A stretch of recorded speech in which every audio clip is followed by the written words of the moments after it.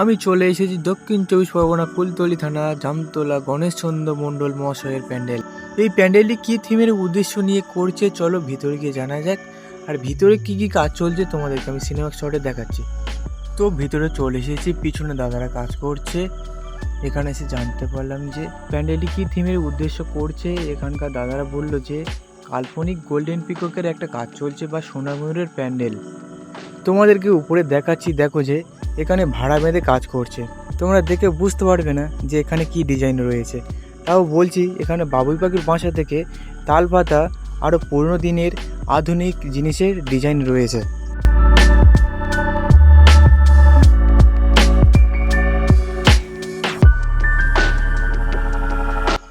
আর যারা কলকাতা দিয়ে আসতে চাও তাদেরকে বলছি, তোমরা শিয়ালদা সাউথ ডিভিশনে চলে আসবে। ওখানে 15 টাকার টিকিট কেটে জয়নগর মজিলপুর স্টেশনে নামবে। স্টেশনের পাশে অটো বা যে কোনো গাড়ি ধরে জামতলা চলে আসে।